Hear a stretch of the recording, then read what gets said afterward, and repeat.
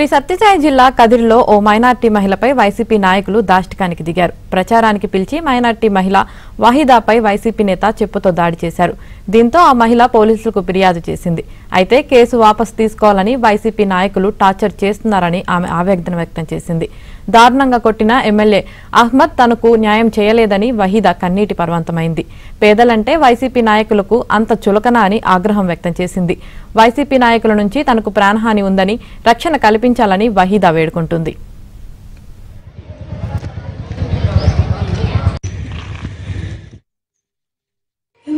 నాకు ఇంటికాడికి ఎవరన్నా పంపించినారంటే నేను ఓర్పున్నాక నేను చక్కగా పోలీస్ స్టేషన్కి వచ్చి ఊరేసుకుంటా. అలాగనే ఏమన్నా నాకు టార్చర్ పెడితే ఇంటికాడ నా ఇంటికి లోపల ఎవరు చైర్మన్ కానీ సర్పంచ్ కానీ వాడు కౌన్సిలర్ కానీ మగ్గుల భాష కానీ నా ఇంటికాడికి రాకూడదు. నాకు ధైర్యం ఉంటే నేను ఎదుర్కొంటా, నాకు సత్తం ఉంటే నేను ఎదుర్కొంటా. వాళ్ళకి డబ్బు బలము, నాకు సత్తం బలము, నా ధైర్యం, నా గుండెకాయ నాకు బలము. నాకు బంధువులొద్దు, మొగుడొద్దు, బిడ్డలొద్దు, నేను ఎదుర్కొంటా. అదేనా పద్ధతి నేర్పించింది జగను రాని బీదస్తురాలనే మీరు డబ్బుండే వల్లనే న్యాయం ఇది పరిగిషా మీరు బూతులు తిట్టిండేది నేను చెప్తే సీసీ కెమెరా తీవల్ల పోలీసు వాళ్ళకి చూపిల్లా. సీసీ కెమెరా తెచ్చి చూపించినాక నాకు న్యాయం చేయండి. ఇదే విషయానికి సంబంధించి మరింత సమాచారం అనంతపురం నుంచి మా ప్రతినిధి సురేష్ అందిస్తారు. సురేష్, చెప్పండి. ప్రచారానికి పిలిచి ఓ మైనార్టీ మహిళపై వైసీపీ నేత చెప్తూ దాడి చేశారు. ఈ విషయంపై ఆమె పోలీసులకు కంప్లైంట్ చేసినా కూడా ఇప్పటివరకు ఆమెకు ఎలాంటి న్యాయం జరగలేదు.